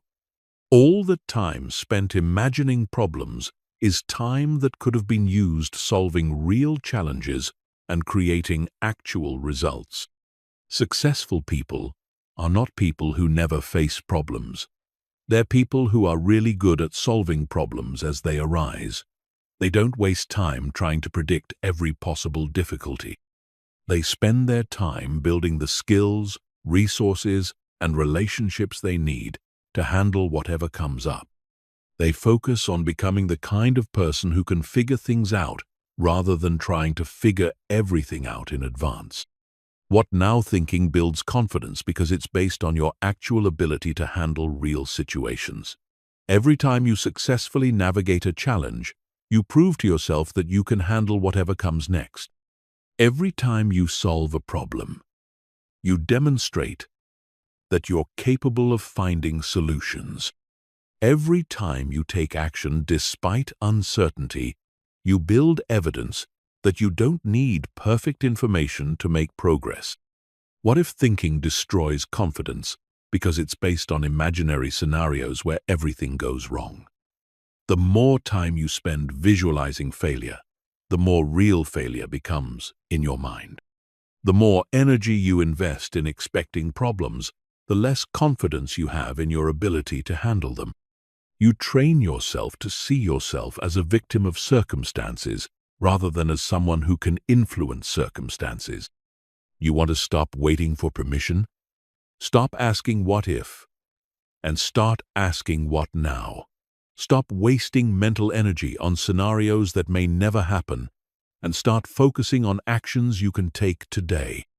Stop trying to solve imaginary problems and start working on real opportunities. Stop planning for every possible outcome and start creating the outcome you actually want.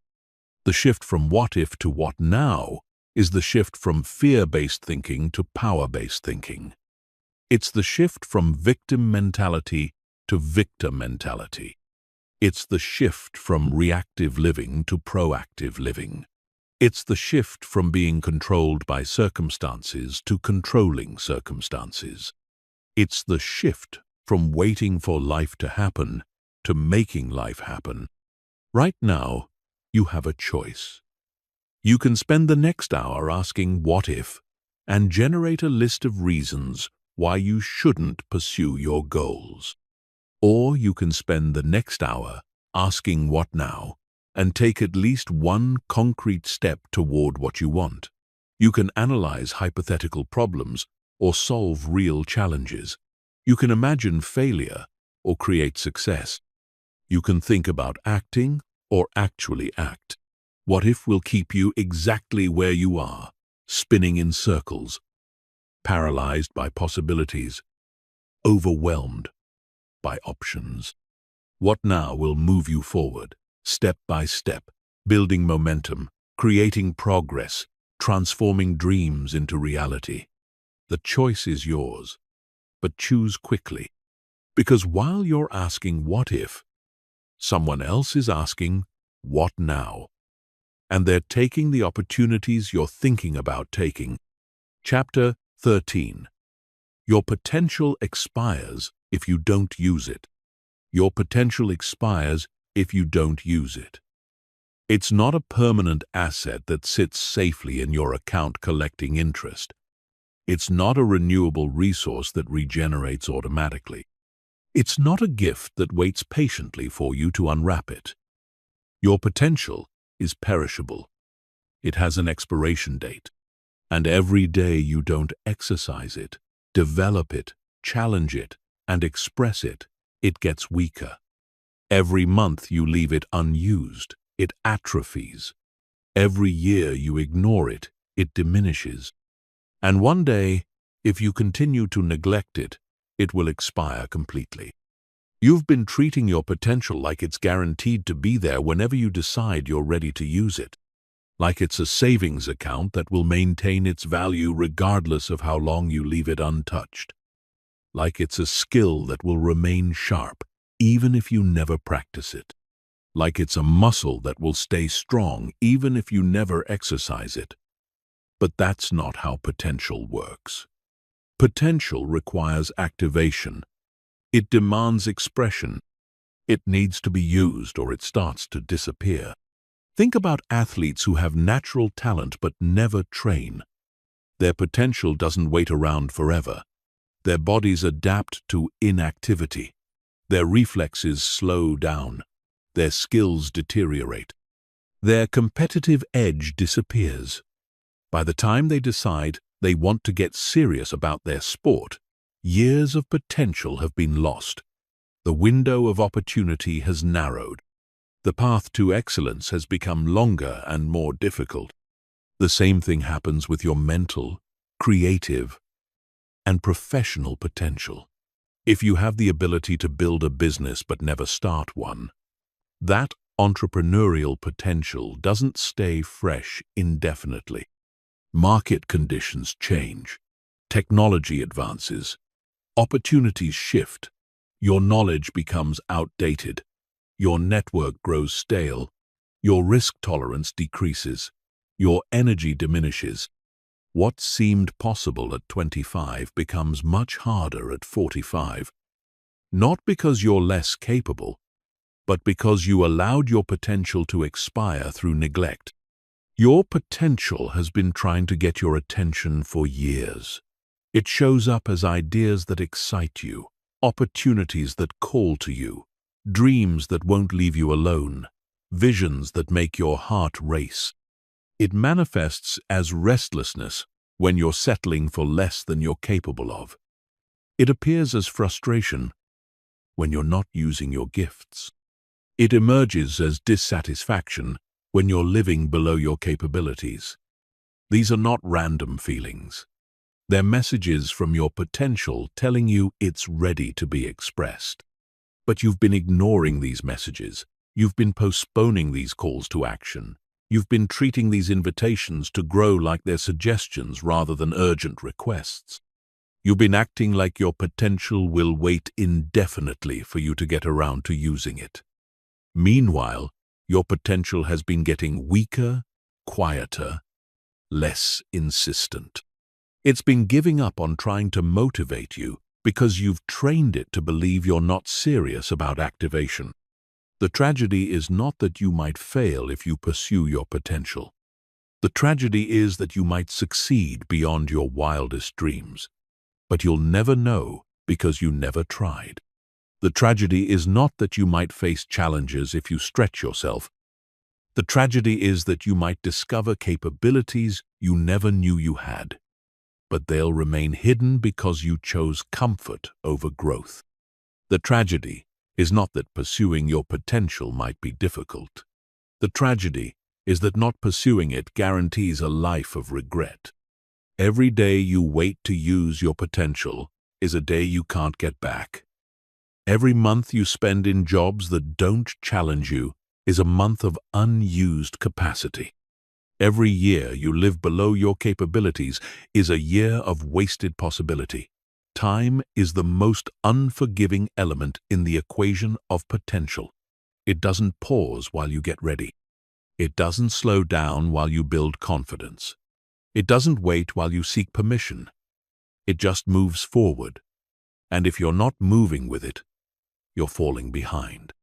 Your potential is not just about what you could achieve for yourself.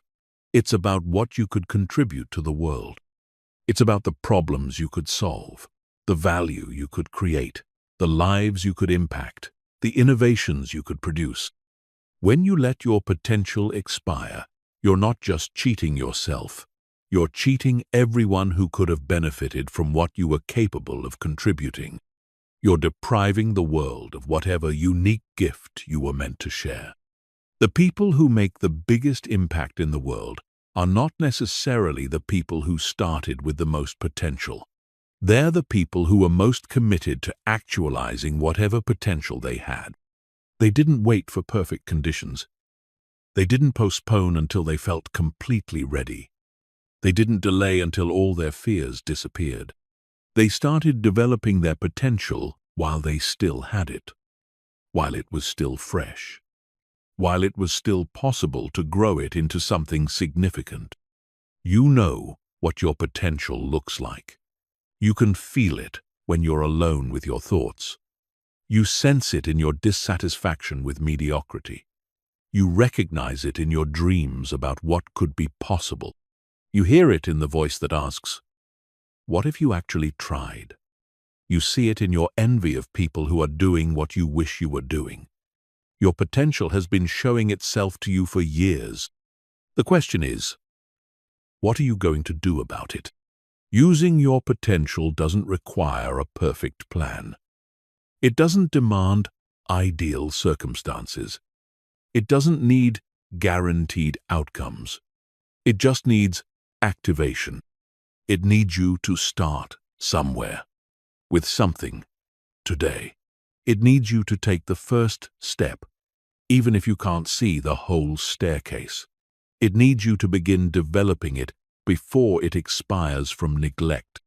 The expiration date on your potential is not written anywhere. You don't know exactly when it will be too late. You don't know precisely how much time you have left to activate it. But you know it's not unlimited. You know it's not guaranteed to wait forever. You know that every day you don't use it is a day closer to losing it. And you know that the regret of unused potential is far more painful than the temporary discomfort of developing it. Your potential is calling you right now. It's been calling you for a while. It's asking you to stop waiting for permission and start taking action. It's begging you to stop seeking approval and start creating value. It's pleading with you to stop making excuses and start making progress. It's not going to call forever. At some point, if you continue to ignore it, it will stop trying to get your attention. It will resign itself to expiration. But today is not that day. Today your potential is still alive. Today it's still possible to activate it. Today you still have time to develop it. Today you can still choose to honor it instead of wasting it. Today you can still decide that your capabilities matter enough to be expressed. Today you can still prove that you were serious about becoming everything you were meant to become. Stop treating your potential like it's optional. Stop acting like it will wait indefinitely for you to get around to using it. Stop pretending that you have unlimited time to figure out what you want to do with your gifts. Start treating your potential like the perishable asset it is. Start activating it before it expires. Start developing it while you still can. Because once it's gone, and no amount of regret will bring it back. Chapter 14. The only permission that matters is the one you give yourself. The only permission that matters is the one you give yourself. Every other form of approval is temporary, conditional, and ultimately meaningless. Other people's permission can be withdrawn at any moment. Their support can disappear when their mood changes. Their endorsement can evaporate when their circumstances shift. Their validation can vanish when their priorities adjust. But the permission you give yourself is permanent, unconditional, and completely under your control. It can't be revoked by others. It can't be cancelled by external forces. It can't be invalidated by changing circumstances. You've been living like other people's permission is more valuable than your own. Like their approval carries more weight than your self-authorization. Like their opinion about your capabilities matters more than your knowledge of your own potential. But that's backwards. You are the only person who truly knows what you're capable of. You are the only person who has been present for every moment of your growth. You are the only person who understands the full scope of your dreams and ambitions. So why are you giving more credibility to their limited perspective than to your comprehensive self-knowledge? When you give yourself permission, you become unstoppable. Not because you become perfect, but because you become self-directed. You stop needing external validation to move forward. You stop requiring other people's approval to pursue your goals. You stop waiting for someone else to tell you it's okay to want what you want. You become your own authority, your own validator, your own source of encouragement and support.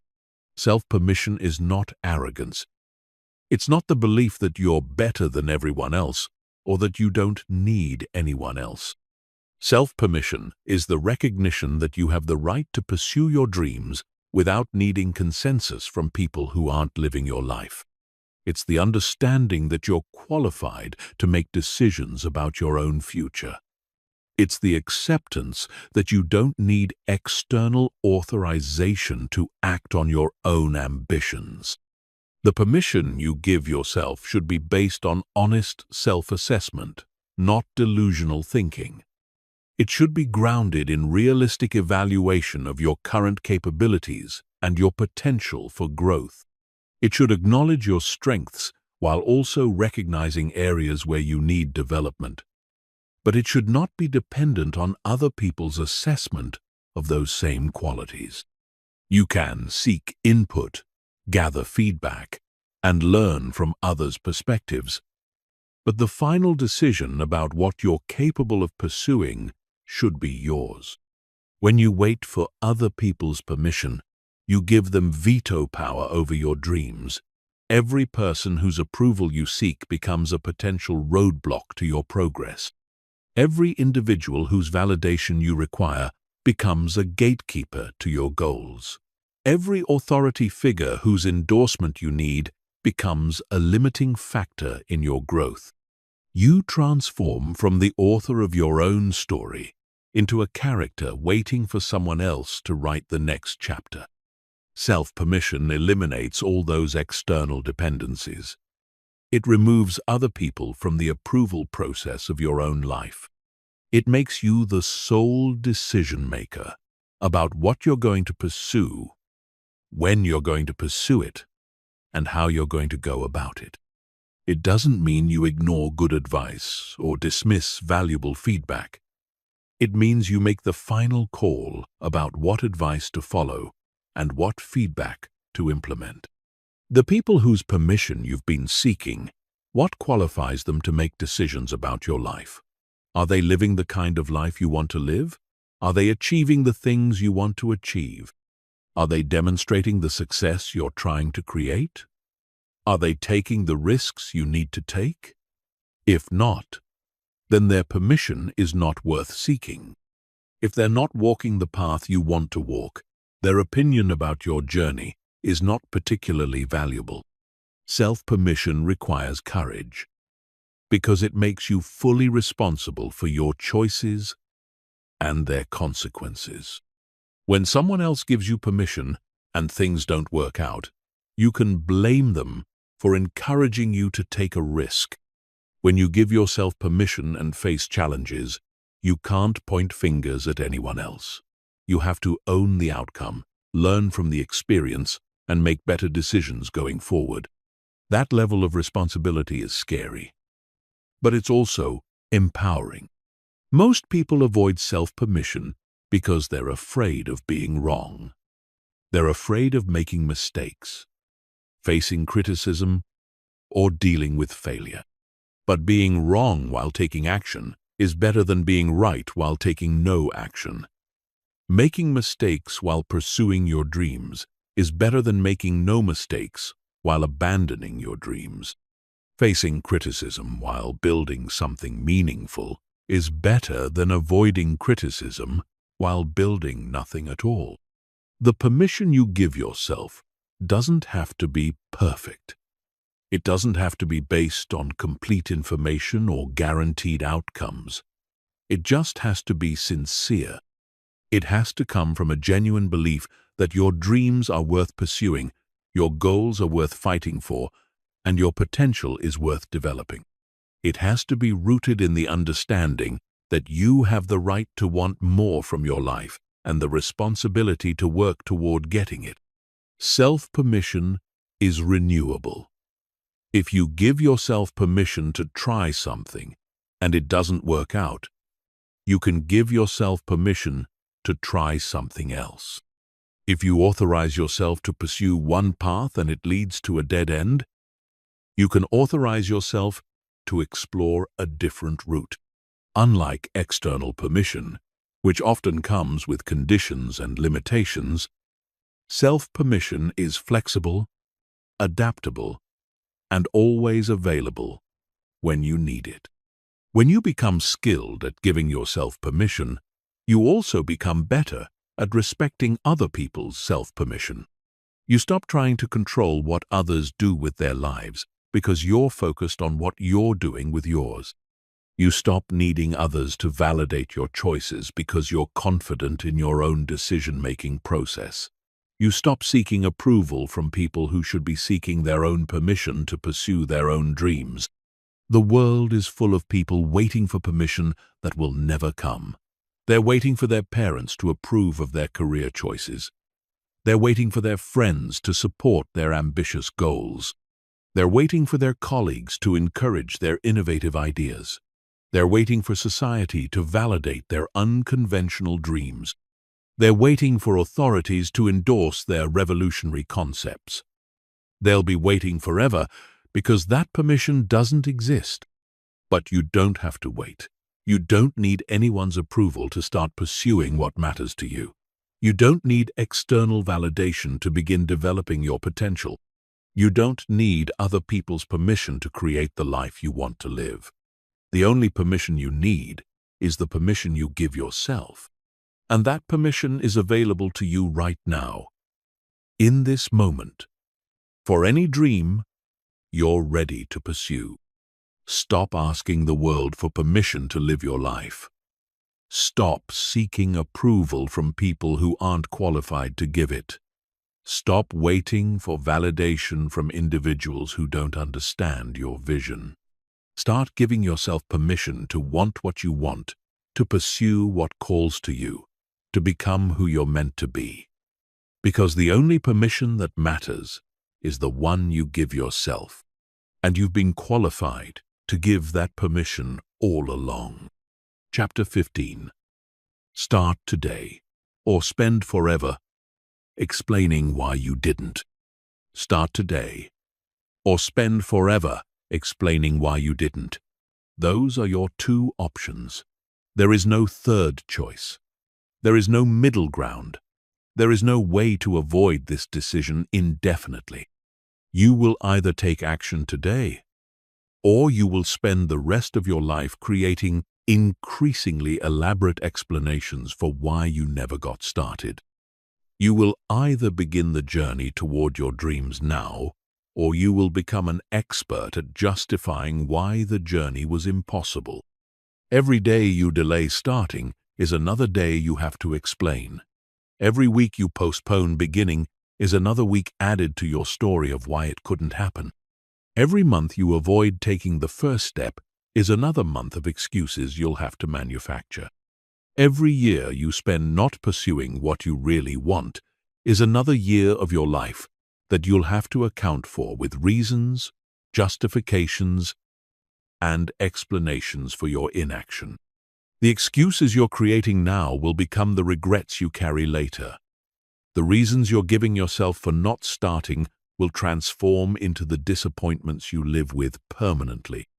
The justifications you're building for why now isn't the right time will eventually become the explanations you give to yourself about why your life didn't turn out the way you hoped it would. You know what's interesting about people who never start? They become incredibly creative at explaining why they couldn't.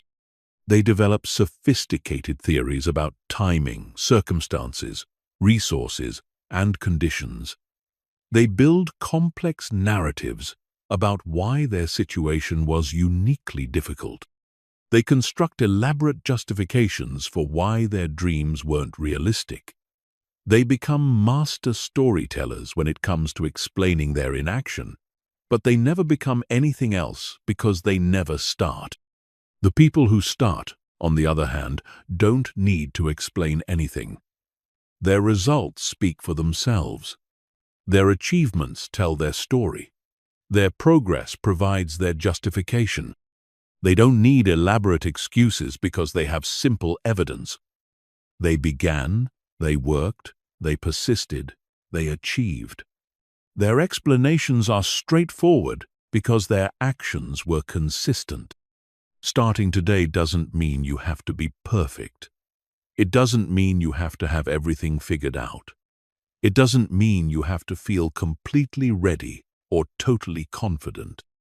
Starting today just means you stop explaining why you can't and begin demonstrating that you can.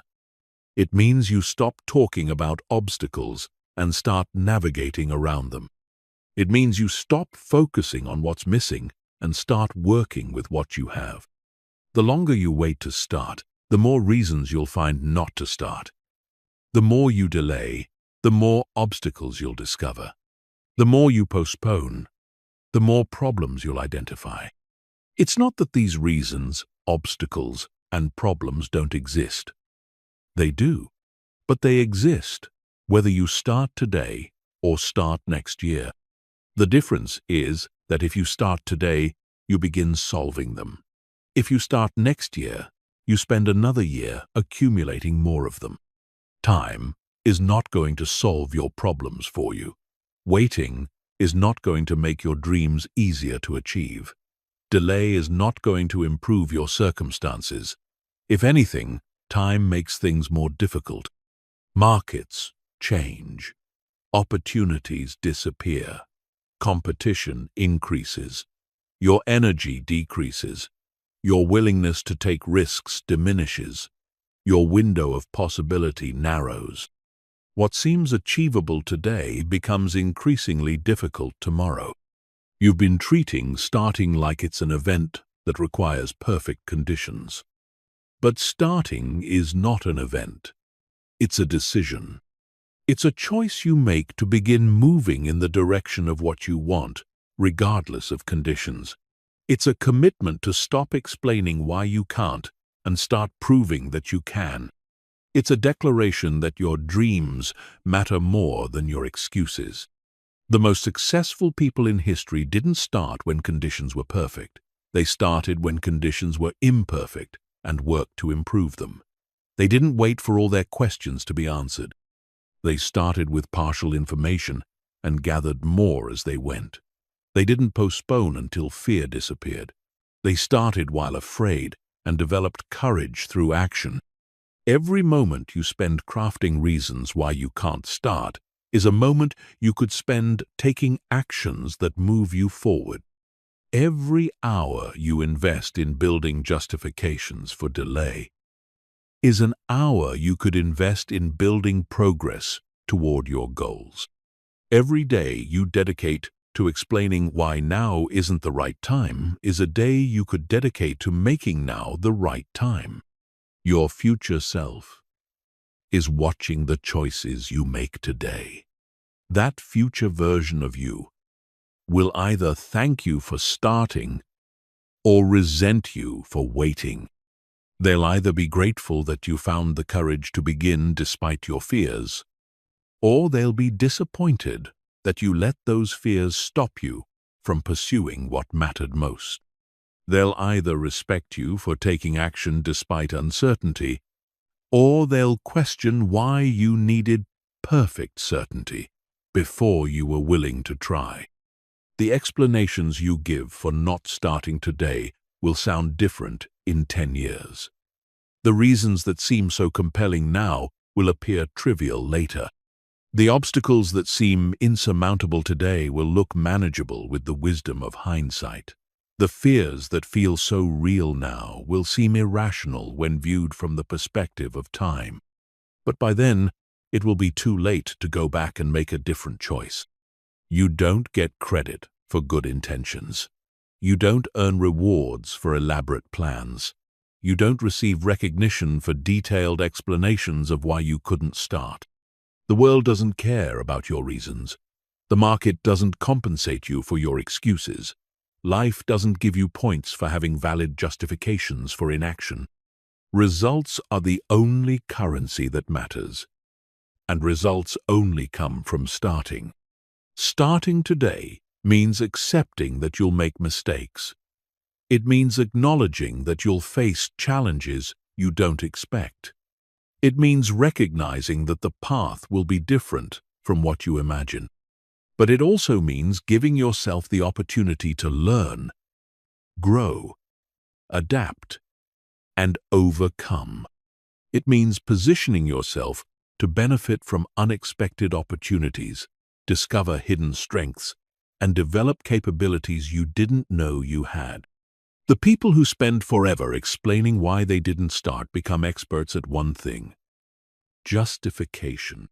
They can tell you exactly why their dreams weren't realistic, why their timing was wrong, why their resources were insufficient, why their circumstances were impossible.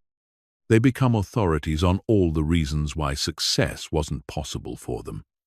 But they never become authorities on anything else, because they never start developing expertise in anything that matters. You have a choice to make right now. You can start today.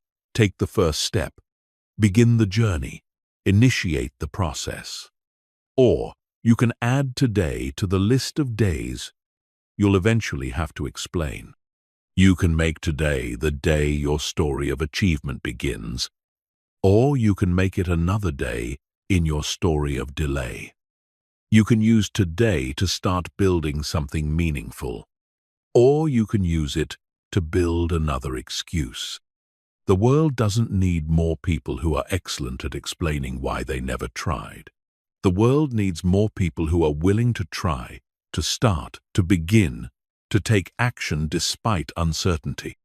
It needs people who value progress over perfection, who choose action over analysis, who select courage over comfort. Start today. Not because conditions are perfect, but because they never will be. Not because you feel ready, but because readiness comes from starting.